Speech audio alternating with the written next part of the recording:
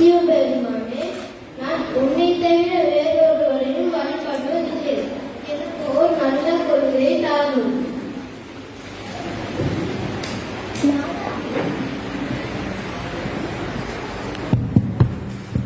நாதா, கவலை வேண்டாம். அங்கும் பல இடங்களில் பல உயிர்களை அன்பூட்டி பாதுகாத்து வளர்க்கும் ஒரே கடவுள் சிவபெருமான். சிவபெருமான் நம்மையும் கைவிட மாட்டார்.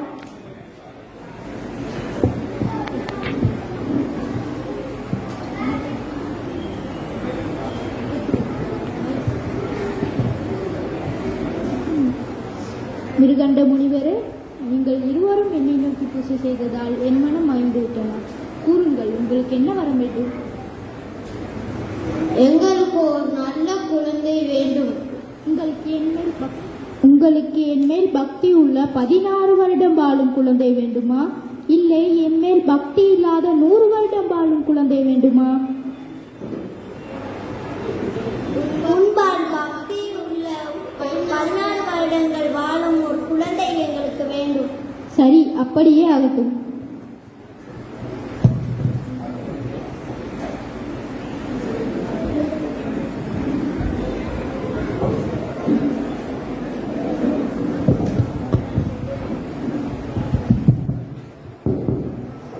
ஓம் நமச்சிவாய, ஓம் நமச்சிவாய, ஓம் நமச்சிவாய. இடர்களையாவிட்டாலும் என்னுடைய பக்தி, இடர்களையாவிட்டாலும் எனக்கு இறங்காவிட்டாலும் நீயே என்னுடைய கடவுள். உண்மையில் என் பக்தி மாறாது. தாயும் நீயே, தந்தையும் நீயே, அனைத்து உயிர்களையும் ஆட்டுவிப்பவர் நீயே, எல்லா தெய்வங்களையும் அருள் பறிபவன் நீயே. அருமையான குழந்தை, சிவன் மேல் பக்தியான குழந்தை. குழந்தாய் மார்க்கண்டையா, உனது தாயும் தந்தையும் யார்?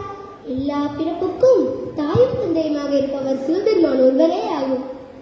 குழந்தாய், சிவனால் முடியாதது ஏதாவது உண்டா? சிவபெருமானை விட்டு ஒருபோதும் பிரிந்திருக்க மாட்டார். அதுவே அவரால் முடியாத காரியமாகும். அருமை அருமை, அற்புதமான விடைகள். குழந்தாய், ராகு, சனி, குரு என்றெல்லாம் கோள்களுக்கு கோவிலில் பூசை செய்கிறார்களே, அதனால் நன்மை உண்டா? சிவபெருமானே கடவுள், ஏனையவர்கள் எல்லாம் உயிர்களே. சிவபெருமானை வழிபட்டாலே போதும். குழந்தாய், நீ ஒரு ஞான பெட்டகம். உன்னை நான் சோதிக்க சில கேள்விகள் கேட்கின்றேன். பிள்ளையார், முருகன், உமாதேவியார், வைரவர், வீரபத்திரர் எல்லோரும் யார்? எல்லோரும் சிவ வடிவங்களாகும்.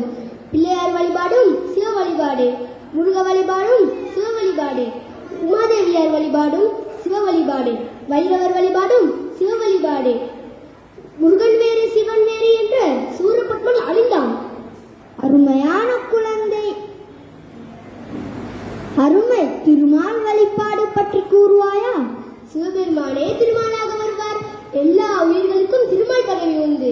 கண்ணன் சிவத்திக்கு சிவபூசை செய்தார் என்று பத்மபுராணம், மகாபாரதம் கூறும். ராமன் சிவபூசை செய்தார் என்று பத்மபுராணம் கூறும். குழந்தாய், நீ ஒரு ஞான கடல். நாங்கள் இருவரும் உன்னை வழிபடுகிறோம்.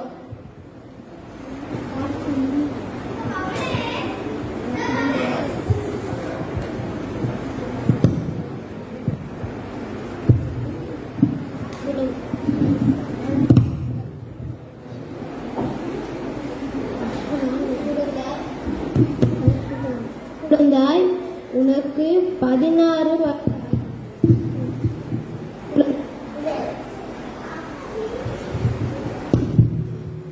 குழந்தாய், உனக்கு 16 வயதாகின்றது.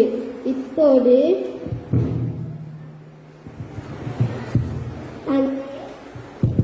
தந்தையே, கவலை வேண்டாம், எனக்கு எல்லாம் தெரியும். குழந்தாய், சிவபெருமான் நம் கண் கண்ட தெய்வம், அதனை மறந்து விடாதே. சிவபெருமானே எனக்கு காவலர். சிவபெருமானே எனக்கு உரியதினை செய்வார்.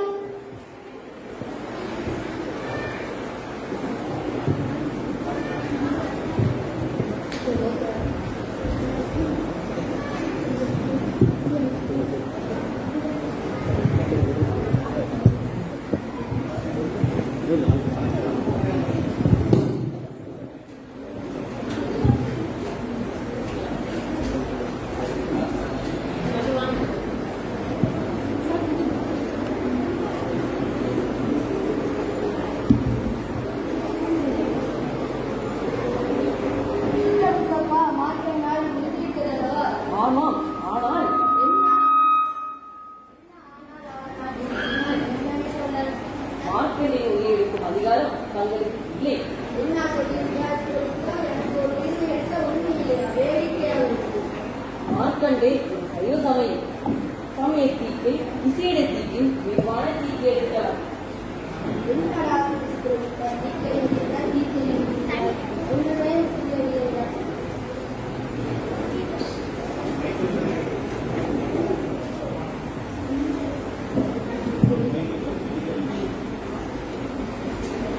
தீக்கை என்று தமிழிலும் தீக்கை என்று வடமொழியிலும் கூறப்படும்.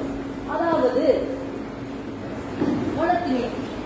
மலத்தினை தீர்த்து அரண் கலர் செலுத்துவது என்று பொருள். சமயதீக்கு என்றால் என்ன? சைவ சமயத்தை சேர்ந்தவர் என்று பொருள். விசேட தீக்கு என்றால் என்ன?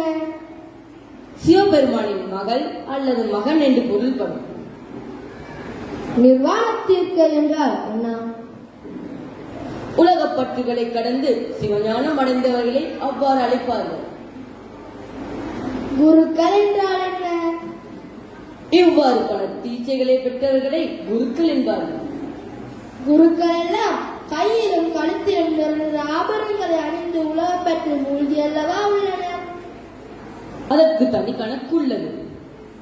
அது சரி, மார்க்கனின் உயிரை ஏன் எடுக்க முடியாது?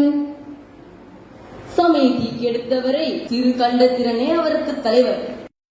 அதே விசேட தீக்கு எடுத்திருந்தால் ஆனந்த தேவரே அவருக்கு தலைவர். இதுவே நிர்வாண தீக்கு எடுத்திருந்தால் சதாசிவனே அவருக்கு தலைவர். என்ன சொல்கின்ற சித்திரகுப்தா? சீர்காண்ட ருத்திரர், ஆனந்த தேவர், சதாசிவன் என்றாலும் கூறுகிறது. இவரெல்லாம் யாரடாப்பா? இவர்கள் எல்லாம் சிவவடிவாங்கள். உனக்கு இந்த விளக்கமே போதும். என்ன சொல்கின்ற சித்திரகுப்தப்பா? நீ சிவபெருமான் வரைந்த சித்திரத்தில் இருந்து வந்தவன் அல்லவா? நீ எனவே தான் பெல்லாம் உணர்கின்ற. நான் எல்லா உயிர்களையும் அடிக்கும் யமன். நான் என் களத்தினை நான் மார்கண்டிடம் காட்டுகிறேன். நிர்வாண தீக்கை அமாவாட்ட நீ, உனக்கு மரணம் நிச்சயம். அடே தூதுவா, என்னோடு மார்க்கனின் உயிரை எடுப்போம். ராஜாவே, நான் வாழ ஆசைப்படுகிறேன். நான் வரவில்லை.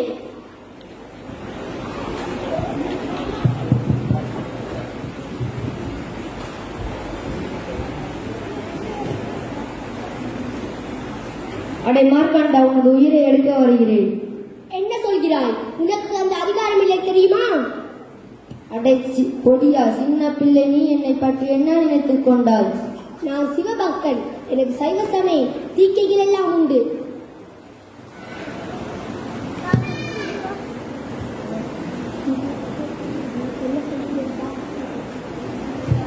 ஏ மார்க்கண்டா, உன்னை என்ன சொல்கிறேன் பார்.